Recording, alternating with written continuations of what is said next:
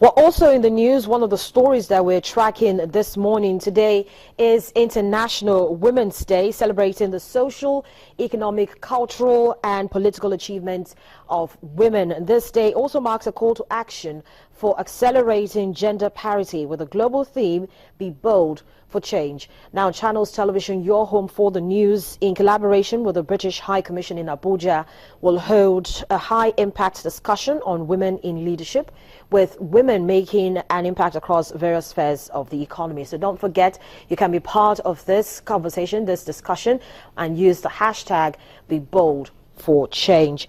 And also, it's the final 24 hours of the temporal closure of the Nnamdi Azikiwe International Airport, Abuja. And according to Channels Television correspondents who are monitoring this developing story across the various airports in Kaduna and, of course, in Abuja as well, activities, particularly at the Kaduna Airport, have reached an almost feverish pitch as contractors work towards making the airport ready for passengers and airlines traffic being diverted from Abuja. And there's also this developing story that 3 commercial banks may take over one of Nigeria's telecoms operators. Etisalat. That is a development story, and we're keeping track on that story for you. But let's get back to the conversation, talking about the new Economic Recovery Growth Plan that was unveiled by the federal government yesterday, Tuesday, March the 7th. And as contained in that plan, oil features very prominently because, of course, remember that the President, Muhammadu Buhari, actually said that the proceeds from oil will be used to revamp the economy. So oil, according to this particular plan, will be to ensure energy sufficiency in power and petroleum products.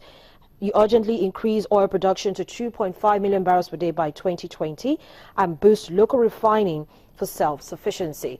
So we've gotten through now to Dolapo Oni, who's the head of energy research. He joins us on the program to be part of this conversation. A good morning to you, Dolapo. Good morning, Harriet. Thanks for having me. So quickly now, just give us your thoughts. What do you make of this economic recovery plan? What new thinking will this generate? Okay, basically, I think what you're trying to achieve here is get Nigeria on a path to growth as fast as possible, and also assure lenders that, look, we're ready to take the right steps to ensure that we have the right kind of economy that can move Nigeria forward. So, I mean, the plan looks really all-encompassing, and I'm a bit impressed with some of what I've seen in terms of what they want to do on the oil and gas side as well. When you talk about being impressed, let's talk a little bit about 2.5 million barrels per day by 2020. That's the plan that's over the next 3 years. Can this be achieved? Yes, it can. I mean, when it comes to production capacity, I believe Nigeria has that production capacity. If you also look at historical records, back in October 2012, we actually achieved that level of production as well, when we had some stability in the Niger Delta. So I think it's something that can relatively be achieved. Why it's looking like a target that we're setting now is because when you factor in the issues we've had in the Niger Delta, which have affected production, you also factor in the declining production from some of our major fields due to field maturity, and then the lack of new projects that are coming up within the next few, between this year so far. That's why it looks like, 2.5 is such a low target. But really, I mean, it's a achievable target. And I think the government is just being conservative. We might actually be able to do more than that if we have the right infrastructure or framework in place. And apart from that, this ongoing conversation and engagements with the Niger Delta stakeholders, most analysts actually expect that this will also have a very significant impact in terms of production output because we have less bombings and vandalism of pipelines. Do you agree? Yes, I think the negotiations are very critical.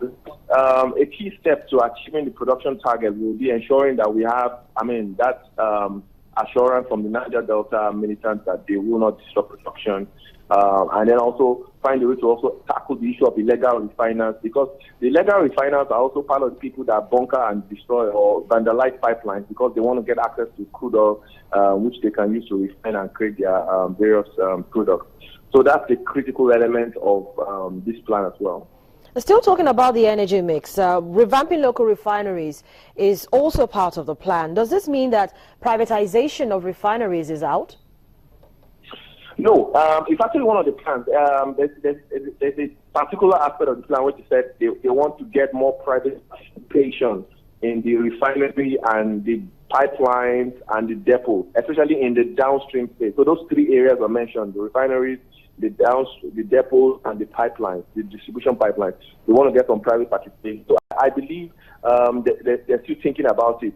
Don't forget, they said they want to reduce government stake in the refineries. So clearly we'll see some sort of selling down of stakes. I don't think we'll see a full privatization of the refineries. Government will still retain a share of it, which may not necessarily be the best option. Ideally, the way forward would be to get government out of those refineries so that they can run properly as businesses and contribute to the supply of products. Dolapo, Nigeria currently has about 4 refineries. Which of the refineries do you think the federal government should privatize, even though we know that, well, they're still going to have a little bit of a stake in it, but if they do go ahead to privatize, maybe let's say 40 or 70% of any of these refineries, which do you think should be?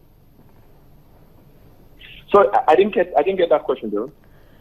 Now, the federal government wants to go ahead to do the privatization of the refineries, just as you've actually highlighted. Which of the refineries do you think the federal government should privatize, even though it's still going to have some stake in it?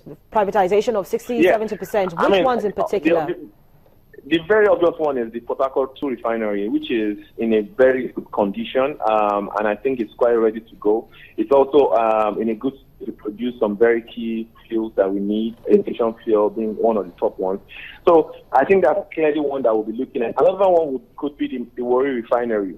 The problem with the Kaduna refinery still will be the location and getting crude supply to the Kaduna refinery until we can get an alternative supply source, either from the Niger Delta or from Niger, as they are currently planning. It will be difficult to attract private investment to the Kaduna refinery. So I suggest the Taco refinery, secondly, maybe the Warri refinery as well. So for turnaround now on the Kaduna refinery, because it's really very important in terms of what the federal government's plans to actually get local production and get us to a self-sufficient level. Turning their attention now to the Kaduna refinery, which looks like one of the list of the 3 refineries or the other refineries that you've actually mentioned. What should the federal government now be doing to make it more attractive and viable so that if it does go ahead and want to sell, that particular refinery, it's not so much of a problem? Okay, the key one is they need to build a second pipeline. Unfortunately, that's probably going to take some time, but that's what needs to be done. The refinery currently has, I think, just about 1 month of supply of storage, which means that whenever they vandalize the crude supply line, it can only run for a few months, and that's why we had it shutting down for about 4 months at various times last year. So really, it needs another supply line. It could either come from the Niger Delta or it could come from Niger or Chad or one of our neighboring countries that also produce crude oil. But that supply line has to be fixed. In terms of the state of the refinery itself, I'm aware it's in a pretty good state relative to the other refineries. So it can actually produce a lot of key fuels for Nigeria, diesel, it refines bitumen also. So there are it's an attractive refinery in itself. The only issue is that in its location, it doesn't have adequate crude supply stock. So once that issue is tackled, I think it then becomes more attractive for private investment. Dolapo, just give us a sense. How much, products do these refineries actually, what's their capacity? What's their refining capacity? Okay, for instance, the Port Harcourt refineries, Warri is 125, Kaduna is 210, and then between 110, and then between the 2 Port Harcourt refineries, you have another 210,000 barrels per day. One is 50, one is 150, one is 60. So in terms of what they could actually generate and produce, we know it's 445 barrels per day. Nigeria roughly consumes about 320,000 barrels per day. So these refineries were actually working at even 70% capacity or 60% capacity. They could pretty much meet most of our supply needs, fuel supply needs in the country. Well, thank you so much, Dolapo, of course, for joining us on the program and sharing your perspectives on the issue. Dolapo Oni is the head of energy research at EcoBank. Well, Business Morning continues in just a moment. We've got another perspective to this conversation. Bismarck Rwani, Chief Executive Officer of Financial Derivatives Company, joins me as well to share his perspective. Stay with us.